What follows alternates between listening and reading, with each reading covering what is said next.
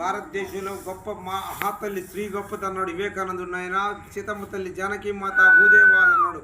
జానకి మాతకు వాగ్మిని జానకి మాత సీతాదేవి ఎన్నో పేర్లు ఉన్నాయి ఆయన మహాతల్లికి. ఆ మహాతల్లి లంకలో ఉన్నప్పటి రాముడు కానీ ఆంజనేయులు కానీ గెలవగలిగాడు. ఆంజనేయులు అవతల పోయి కూడా యువతలకు అవలీలగా దాటగలిగాడు అన్నాడు. 3 నిమిషాల్లో రాగలిగాడు ఆయన. ఆ మహాతల్లి వాగ్మిని మాటలకి ఆ మాటలు కానీ రాలేడు. ఆంజనేయులు కూడా పోయి దాటి రావాలంటే కష్టం. ఆయన ఆ తల్లి చెప్పిన మాటలకి బొలికి కథలు అయ్యి చెప్పితే ఆ మహానుభావుడు హరే నేను ఈ తల్లిని చూడగలిగాను, ఈ జన్మలో నేను ధన్యునైనని మహాతల్లిని నేను చూచాను అని చెప్పి ఆనందించాడు ఆయన.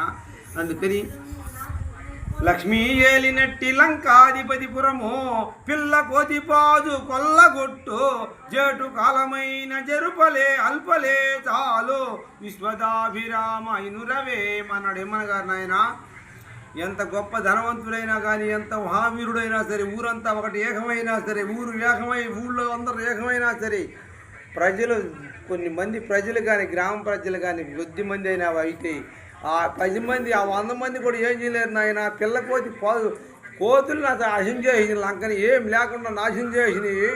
ఆ విధంగానే ఉంటుంది నాయన. ఎంతమంది మన అందరూ ఉండాలి, బలంగా ఉండదులే, ఊరంతా ఒకటి ఉండాలనుకున్నా కూడా జరగదు నాయన. ప్రజలు ఎట్టు మలితే అట్టే అయిపోద్ది. ఇది ఏది కూడా మీరు జాగ్రత్తగా ఉందరు కాక ఈ పద్యం బాగా మీరు నేర్చుకొని మీరే పద్యం చేసుకొని చదువుకొని నేర్చుకుని ఆయన కాలేజీ పిల్లకాయలు కూడా. Please subscribe friends.